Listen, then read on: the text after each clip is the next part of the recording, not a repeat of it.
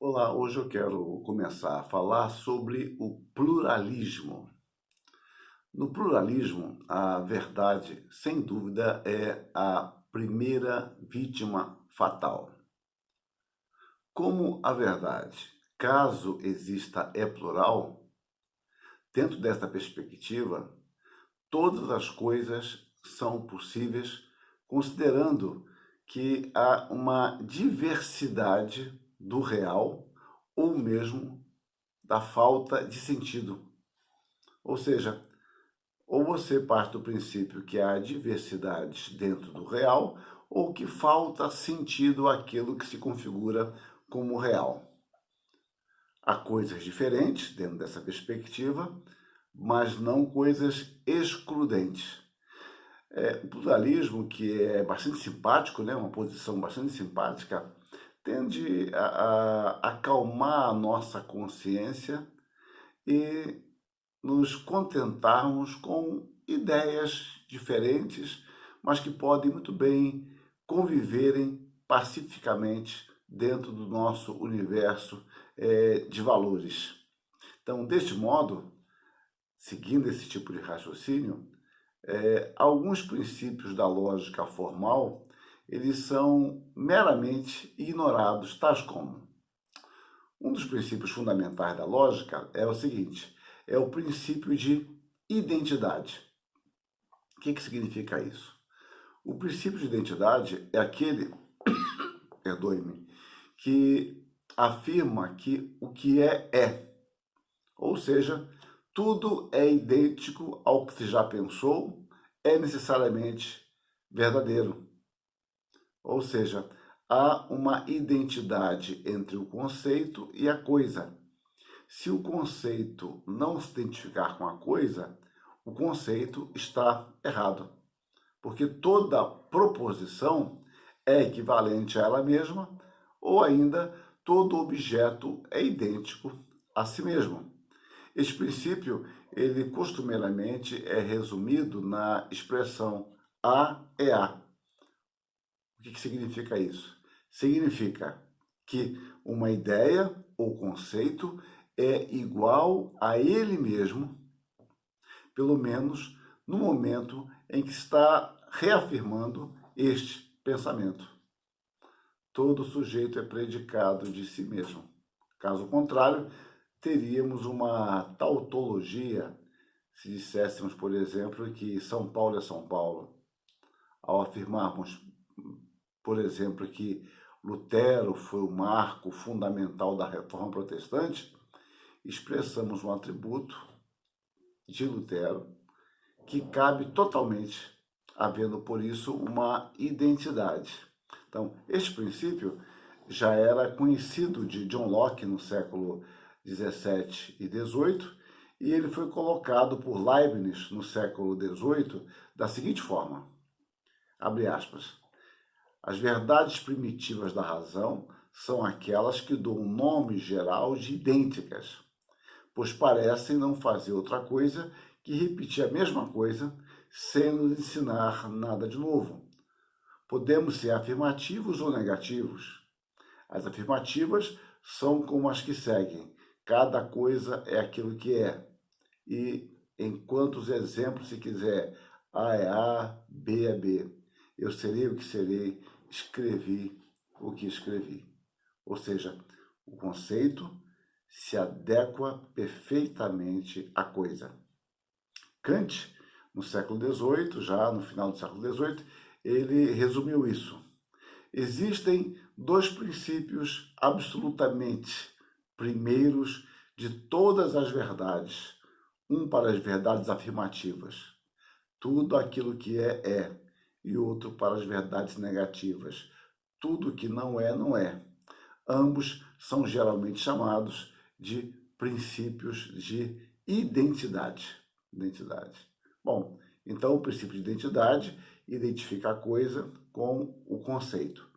Ele pode parecer meio confuso para nós, assim, teoricamente, ou para alguns parecer uma coisa óbvia, mas na realidade nós lidamos com ele o tempo todo.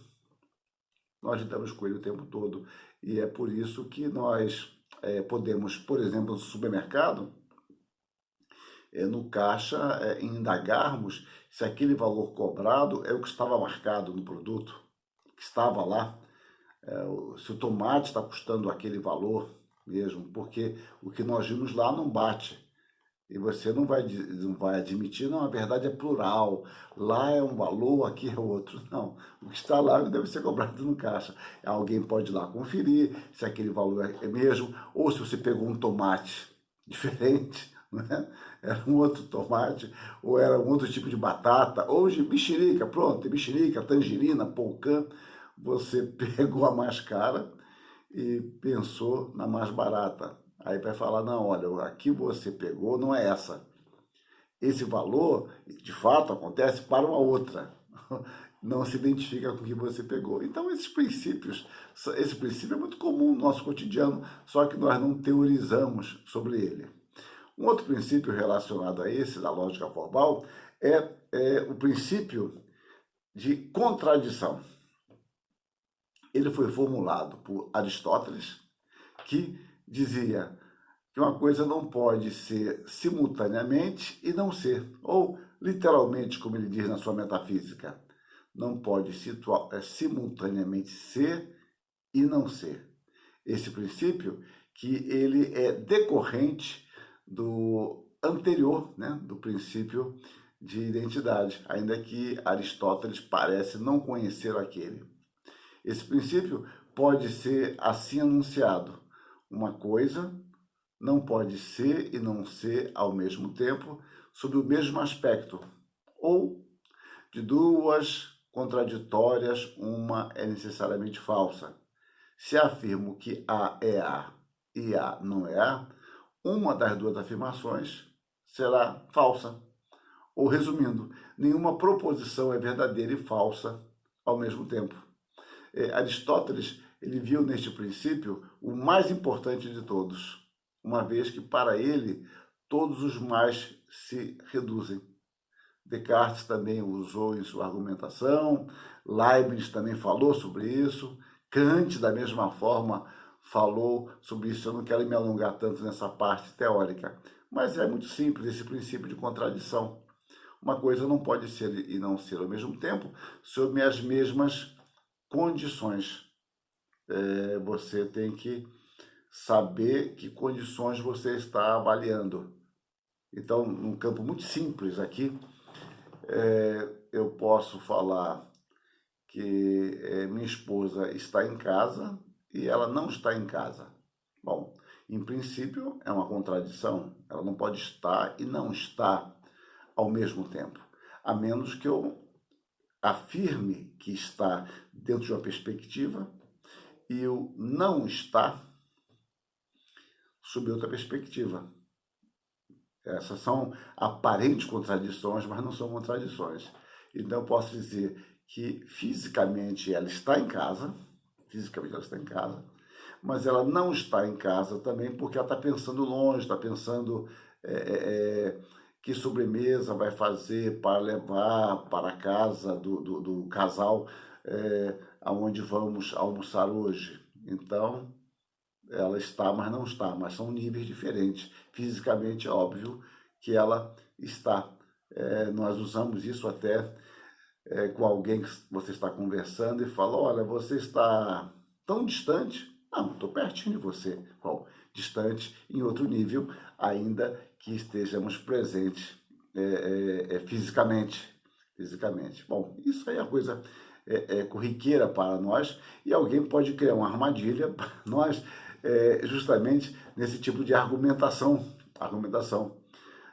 Quando eu estava à minha igreja de que eu gosto porque não gosto, ou eu não gosto porque gosto, parecia um princípio de contradição, que eu estava caindo nele. E, na realidade, eu mostrava que há dois níveis diferentes. Não é? Eu perguntava assim, o óleo, acho que é isso, óleo de fígado de bacalhau ou emulsão Scott, né? Emulsão Scott, isso aí é bom? O pessoal, nossa, coisa horrorosa. Os mais antigos tomavam bastante isso. Eu preferia Biotônico Fontoura. Mas, mas quem tomava disse que é muito ruim. E eu perguntava, mas quem deu isso para vocês? Ah, minha mãe, em geral é isso, a mãe ou o pai. E eu perguntava, mas as mães não são boas? São, óbvio. As mães amam os filhos? Amam. Como é que a mãe que é boa e ama o filho dá uma coisa ruim? Aí as pessoas tentavam me explicar. Não, é ruim, mas é bom. É ruim, mas é bom. Mas como é que é ruim e é bom? É que queriam me dizer, eu sabia disso, que era ruim ao paladar e é bom nos seus efeitos. Nos seus efeitos. Pelo menos essa era a expectativa. Então, eu estou dizendo que uma coisa é boa e ruim ao mesmo tempo, mas em níveis diferentes. Então, aí não cai no princípio de contradição. Eu não poderia dizer que a coisa é ruim ao mesmo tempo, avaliando na mesma perspectiva. Um terceiro princípio importante dentro da lógica formal é o princípio do terceiro excluído, que já fora formulado por Aristóteles, mas que esteve durante toda a Idade Média fundido com o princípio de contradição. E ele voltou a ser desassociado por Leibniz. Ele é assim expresso: toda coisa deve ser ou não ser. Em outras palavras, com dois juízos contraditórios, tais como A é A e A não é A, não se dá uma terceira possibilidade. Não existe um terceiro modo de ser, porque um dos dois deve ser necessariamente verdadeiro, uma vez que os dois não podem ser falsos ao mesmo tempo. Ou de uma outra maneira, de duas proposições contraditórias, uma é verdadeira e a outra falsa. Em lógica, não existe mais ou menos verdadeiro ou mais ou menos falso. Sem querer baratear exageradamente, como ninguém diz que a sua esposa ou a sua filha está mais ou menos grávida, né? Ou está ou não está. Então, notemos que este princípio não nos diz qual o verdadeiro, tão só que dois juízos contraditórios não podem ser falsos ao mesmo tempo. Resumindo isso, toda proposição é verdadeira ou é falsa, não havendo intermediário entre a verdade e a falsidade. Bom, isso é obviamente decorrente dos dois princípios anteriores. E o princípio fundamental, de onde os outros vão aparecer, sem dúvida, é o princípio de identidade, que a coisa é idêntica a ela mesma. Bom, como isso se aplica ao que nós estamos falando? Eu estou me alongando demais nesse vídeo, mas se eu parar aqui, agora vai ficar muitas dúvidas, mais do que certamente eu deixarei continuando o vídeo. Mas vamos continuar então. O que nós podemos observar é que em nossa sociedade esses princípios parecem inexistir. Posso naturalmente gostar de duas coisas excludentes e compatibilizá-las perfeitamente em minha mente e ações, sem que perceba nenhum dilema ou mesmo a necessidade de harmonização. Notemos que a incompatibilidade só é percebida a partir de uma compreensão de duas ou mais teses que se excluem mutuamente.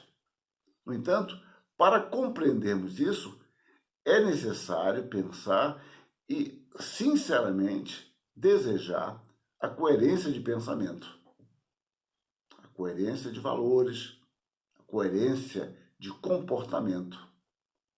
No entanto, como tudo isso parece irrelevante, passo então a viver como se cada verdade fosse a verdade, ainda que a verdade não me importe naquele momento.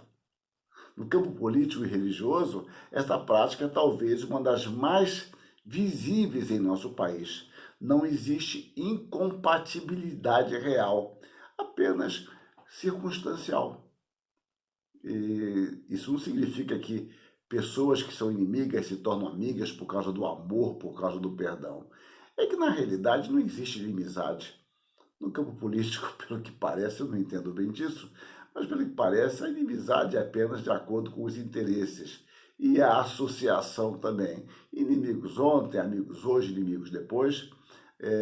Na realidade, nós estamos apenas defendendo interesses, não verdades. Mas continuemos.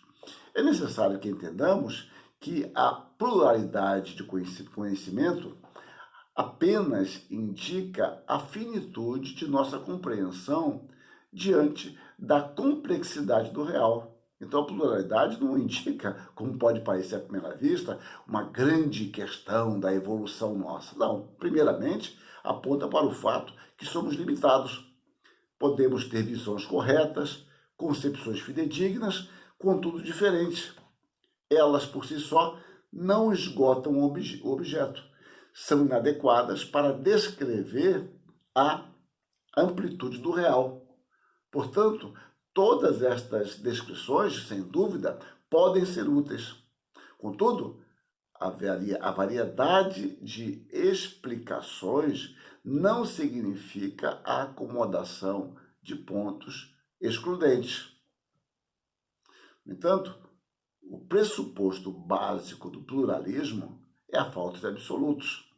A sua afirmação seria, no mínimo, uma incoerência, uma insensatez, uma indelicadeza social afirmar que existem absolutos. Deste modo, cada um deve viver como se aquele momento fosse o momento e que os conceitos não se excluem. A diferença é a verdade. Logo, não há princípios absolutos que possam nos orientar em nossa vida e escolhas, exceto as minhas circunstâncias. Não tenho compromissos com as minhas escolhas anteriores. Uma sociedade sem absolutos caminha para o caos moral. Curiosamente, a falta de absolutos é uma forma de acalmar a nossa consciência e dar rédeas soltas a todas as nossas inclinações pecaminosas, sem o inconveniente sentimento de culpa. Desta forma, passa a vigorar o que diz uma antiga música popular, de 1978. Não existe pecado do lado de baixo do Equador.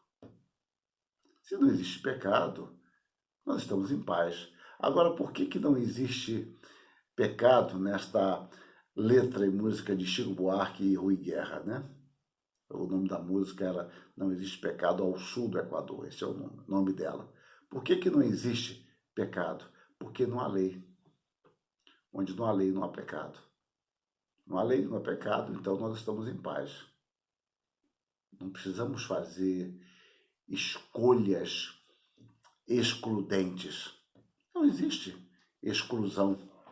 A verdade é plural. E repare, a verdade é plural porque na realidade não existe absoluto. Se nós entendermos, e é importante frisar isso, que a verdade não é plural, mas a compreensão da verdade é plural, isso pode ser algo muito importante, que nos leva a compreender melhor a nossa limitação e como nós podemos trabalhar, inclusive cientificamente, em prol de uma compreensão mais ampla. E o elemento aferidor seria a verdade que existe. Mas aqui no caso, não existe. Nós estamos em paz porque cada um pega a fatia que lhe interessa de um bolo. Cada um pega o que lhe parece razoável de acordo com circunstâncias ou interesses. No entanto, meus irmãos, os 10 mandamentos de Deus, por exemplo, permanecem como norma absoluta de todo o nosso pensar, crer e viver. Seremos avaliados por Deus não pelos nossos conceitos circunstanciais de verdade, de apreensão. Nós seremos avaliados, seremos julgados pela sua palavra, que é viva e eficaz. Esta era uma consciência muito clara, por exemplo, no apóstolo Paulo, quando escreve aos Romanos, no capítulo 2, verso 16. No dia em que Deus, por meio de Cristo Jesus, julgar os segredos dos homens de conformidade com o meu evangelho, ou seja, seremos julgados por Cristo de conformidade com o evangelho. Esta é uma verdade absoluta. Podemos ter interpretações plurais, mas a verdade é essa. E Deus vai nos avaliar à luz da mensagem que Ele revelou, fez registrar e preservou. No próximo vídeo eu quero falar um pouco sobre uma outra característica moderna, que é o marxismo. Que Deus nos dê discernimento para avaliar todas as coisas. Que Ele mesmo nos ilumine. Amém.